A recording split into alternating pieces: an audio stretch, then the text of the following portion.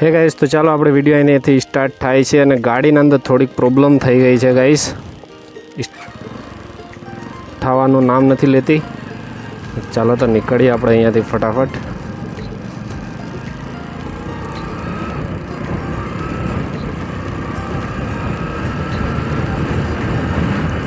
તો ગાઈસ જો કેટલું વ્યૂ મસ્ત છે ને, મસ્ત વ્યૂ લાગે છે અને શાનદાર વ્યૂ દેખાય છે.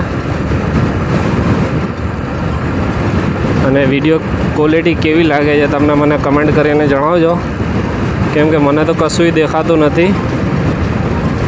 તમને દેખાતું હશે કે કઈ ટાઈપની ક્વોલિટી છે. અને સૂર્ય જો આપણે અહીંયાથી સીધું જ જવાનું છે ને આ રસ્તો આપણા માટે નવો છે ગાઈસ, કેમ કે આ રસ્તાનો વિડીયો ઉતારેલો નથી આપણે, કેમ કે ગાડીના અંદર તો નહીં પ્રોબ્લેમ થઈ ગઈ છે ગાઈસ, એટલે ઝટકા બહુ મારે છે ગાડી સ્ટાર્ટ થવામાં. તો ફટાફટ આપણે ને લીવર ખેંચીએ એટલે ફટાફટ ગરમ થઈ જાય ને તો ફટાફટ ચાલવા લાગે. હવે ઝટકા મારે મજા નથી આવતી બાઇક ચલાવવાની. અને ઊંટ જોવાને કહેવાય સાંઢિયું ગુજરાતી ભાષામાં. અને ફટાફટ જો કેટલું લીલું છમ છે ને, વ્યૂ કેટલું મસ્ત આવે છે. આ ચોમાસાનું મોસમ છે ને એટલે વ્યૂમાં તો કંઈ ઘટે જ નહીં ગાઈસ, એક નંબર લાગે હો બધી. બહાર નીકળીએ તો ખબર પડે કે રસ્તો કેવો છે, બહારનું વાતાવરણ કેવું છે. મસ્ત વાતાવરણ બી છે અને ઠંડો પોર થઈ ગયો ગાઈસ. અને વાગવામાં હતા 6:30, 7 વાગવા આવ્યા હતા, કેમ કે હું 6:30 વાગે તો ઘેરેથી નીકળો હતો. હવે આપણે ફેમિલીની જોડે ફેમિલીને લેવાની પિકઅપ કરવાની છે અને ફેમિલીને પિકઅપ કરી અને પછી આપણે માંગરોળ નીકળીએ ગાઈસ. તો વ્લોગના અંદર જોડા રહેજો અને વ્લોગ કેવું લાગે છે જરૂર બતાવજો.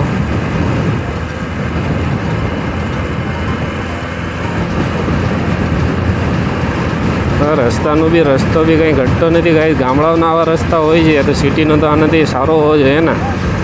જો તમને ક્યાંય રોદો જોવા બી ન મળે ગાઈસ. બમ્પ આવી જાય ને તો પ્રોબ્લેમ થઈ જાય, તો ગાડી ઠેકી જાય બમ્પના ઉપર, કેમ કે આમાં બમ્પ બી દેખાતો નથી.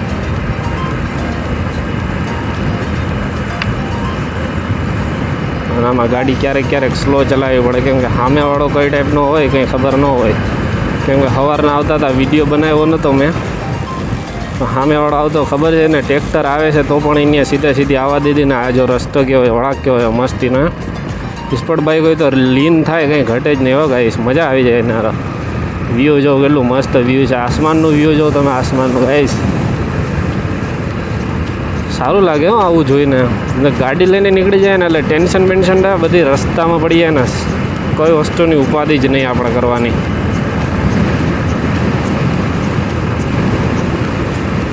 ટેન્શનને મૂકીને ઘરે આવવાનું અને મોજથી બાઇક ચલાવવાની. મજા આવી ગયો બમ્પ, આપણે હમણાં વાત જ કરતા હતા.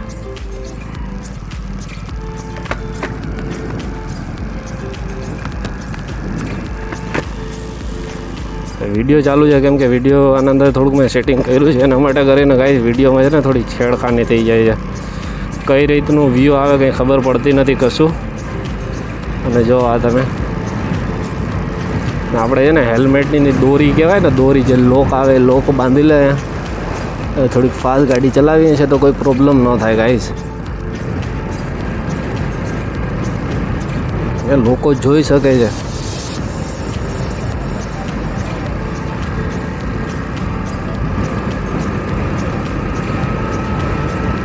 જો કાકા દૂધ લઈને જાય અટાણામાં, દૂધ ભેંસ ધોવાઈ ગઈ ને તો દૂધનો ટાઈમ થઈ ગયો દેવાનો.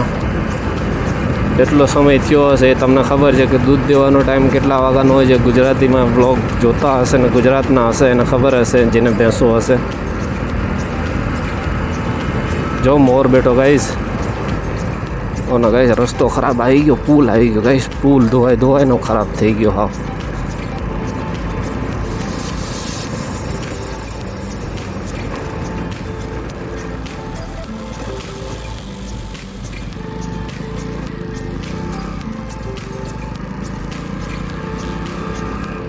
લોકો જોતા હોય તો આપણાને કેમેરામાં ખબર ન પડે કે હેલ્મેટમાં ખબર ન પડે, કેમ કે આપણે ગાડી આંકવામાં ધ્યાન રાખવું પડે. બાકી તો જો એને જોઈએ તો આપણે સામે દેવાઈ જાય, બીજું કંઈ ન થાય આમાં. આ તો બધી સમજીને આંકવું પડે. હવે પબ્લિક જોઈએ તો એને જો વળગી જાય, બાઇક સ્લો ચલાવતા હોય ને ત્યારે બધી જોઈ લેવાય.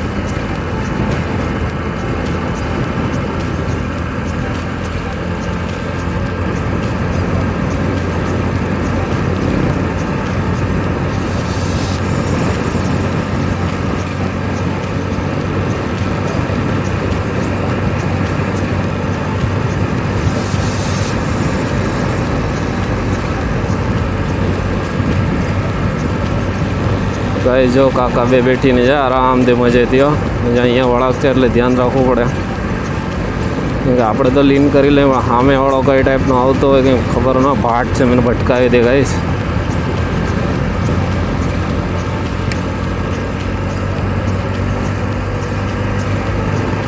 આ વેરે છે ને આપણી બાઇકના અંદર છે ને થ્રુ એર ફિલ્ટર ચેન્જ કરી નાખ્યું. એના માટે ગાડી છે ને ઝટકા નથી મારે છે. બાકી ફૂલ સ્પીડે ગાડી જાય ને તો ઝટકા મારવા વળગી જાય. તો ઝટકા મારે ને તો મજા ન આવે બાઇક ચલાવવામાં. અહીંયા શું છે ભાઈ, આ લોકો ભેળા કેમ થયા છે? આ મસ્તી કરતો જાય રસ્તાના વચમાં, કોકને ટાળી દે, બીજું કંઈ નહીં થાય.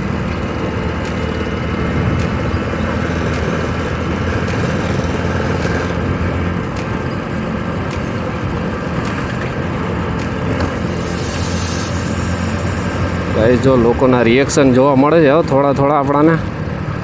કશું ખબર પડતી નથી કે કેવું રિએક્શન મળે છે આપણાને.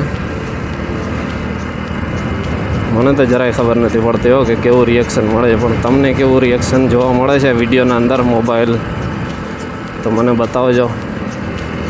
કેમ કે મને તો કંઈ દેખાતું નથી, હું તો ખાલી બાઇક જ ચલાવું છું.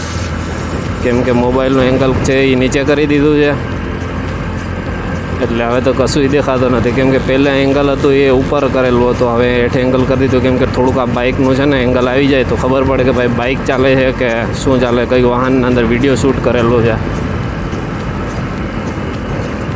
એટલી બાઇક છે ને આપણે પહેલી વખત ભગાડી જો ગાઈશ. આપણે કોઈ ફેર એટલી ભગાડી નથી.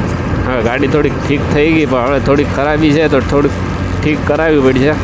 ને શું પ્રોબ્લેમ છે એ તમને જણાવી હું. થોડીક પ્રોબ્લેમ સારી થઈ જાય ને તો મજા આવી જાય ગાઈશ. ઝટકા મારે ને ઉપાડવામાં કેર આવે, ઉપડતી નથી.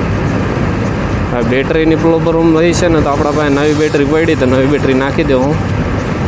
હવે કાકા જાય બરાબરના ધ્યાન રાખવું પડે કાકાનું, કેમ કે કાકાને આવડતી નથી લાગતી.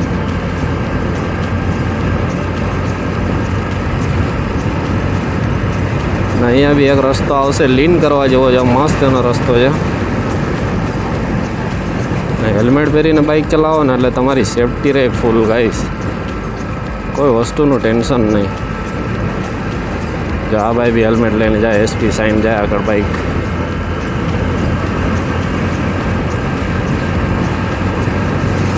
આપણે ગાડી તો ફાસ્ટ ભગાડવી જ પડે હો, કેમ કે ધીરે ગાડી તો હમણાં બહુ હાંકી લીધી હમણાં. હવે કંઈક ફાસ્ટ હાંકીએ ને તો કંઈક ભલું થાય. કેમ કે બધી ફાસ્ટ હાંકે ને આપણે ધીમે ધીમે હાંકીએ પણ ગાડીના અંદર આપણે ધીમે હાંકીએ ને તો ગાડીના અંદર પ્રોબ્લેમો થાય. ને જે ફાસ્ટ હાંકતા હોય ને કોઈ ગાડીને જોતા જ નથી, ગાડી કેમ હાલે એની ગાડીમાં કંઈ નથી થતું. લે સારું, આ સારું જોવા જેવું છે. 2 થી 3 ફેરી જોયું મેં આવું. ગાડી જેમ તેમ હાંકીએ ને તો કંઈ નથી થતું નહીં. આપણે ગાડી સાચવીને રાખીએ તો આપણી ગાડીના અંદર આ થાય ને ઓલું થાય ને આ ન થયું ને ઓલું થયું ને જે થવાનું થાય ભાઈ. હવે